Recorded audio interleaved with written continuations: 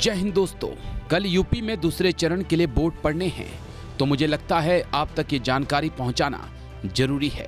आप जिसे वोट देने जा रहे हैं कहीं वो अपराधी तो नहीं, और अगर वो अपराधी है तो कौन कौन सी धाराएं उस पर लगी हुई हैं। पहले चरण के बाद दोस्तों दूसरे चरण में भी सपा और बीजेपी ने दागी उम्मीदवारों पर सबसे ज्यादा भरोसा जताया है।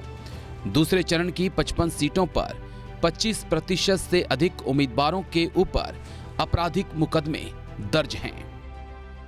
सबसे अधिक 67% आपराधिक छवि वाले जो चेहरे हैं वो सपा ने चुनाव में उतारे हैं, यानी कि अखिलेश यादव को दाग अच्छे लगते हैं। तो वहीं सत्तारूढ़ बीजेपी जो कि दावा करती है साफ और स्वच्छ राजनीति का, उसने भी 34% दागियों पर भरोसा जताया है।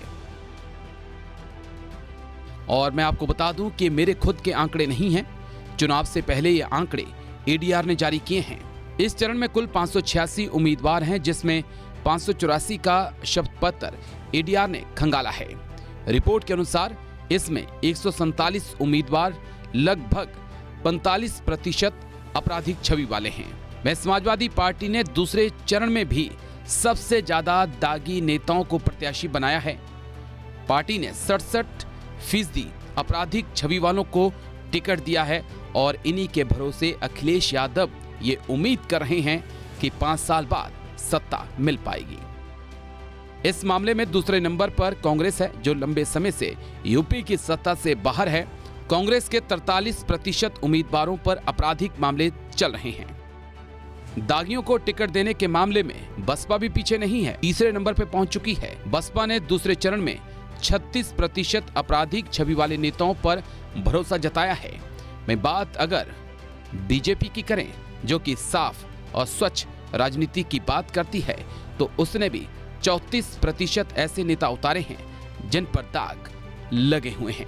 यानी कि पार्टी कोई भी हो, नेता दागी हो तो जीत का भरोसा ज्यादा होता है। तो चलिए अब आपको ये भी बता दें कि कौन कौन से वो 3 प्रमुख चेहरे हैं और कौन सी पार्टी से हैं जिन पे सबसे ज्यादा और संगीन आरोप हैं। तो सपा सांसद आजम खां और उनके बेटे अब्दुल्ला आजम खां का दामन सर्वाधिक दागदार है। आजम पर 87 तो अब्दुल्ला पर 43 मुकदमे हैं। वहीं अगर तीसरे नंबर की बात करें तो रामपुर के चमरोहा विधानसभा सीट से समाजवादी पार्टी के ही उम्मीदवार नसीर अहमद खां आते हैं, जिनके ऊपर कई संगीन मामले हैं और वो भी संगीन धाराओं के तहत। नसीर पर जमीनों पर अवैध कब्जा करना, वसूली, फर्जीवाड़े जैसे कई गंभीर आरोप लगे हैं, जिनकी जांच चल रही है।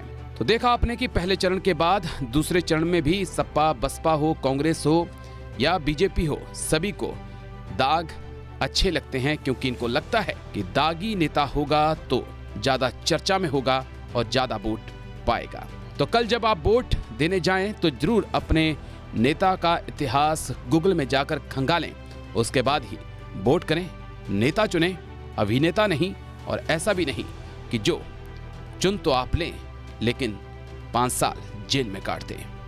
तो आपको हमारा वीडियो कैसा लगा कमेंट करके जरूर बताएं। साथ ही साथ हमारे चैनल जय हिंद को सब्सक्राइब करें, दोस्तों परिजनों के साथ व्हाट्सएप, फेसबुक पर शेयर भी करें। जय हिंद।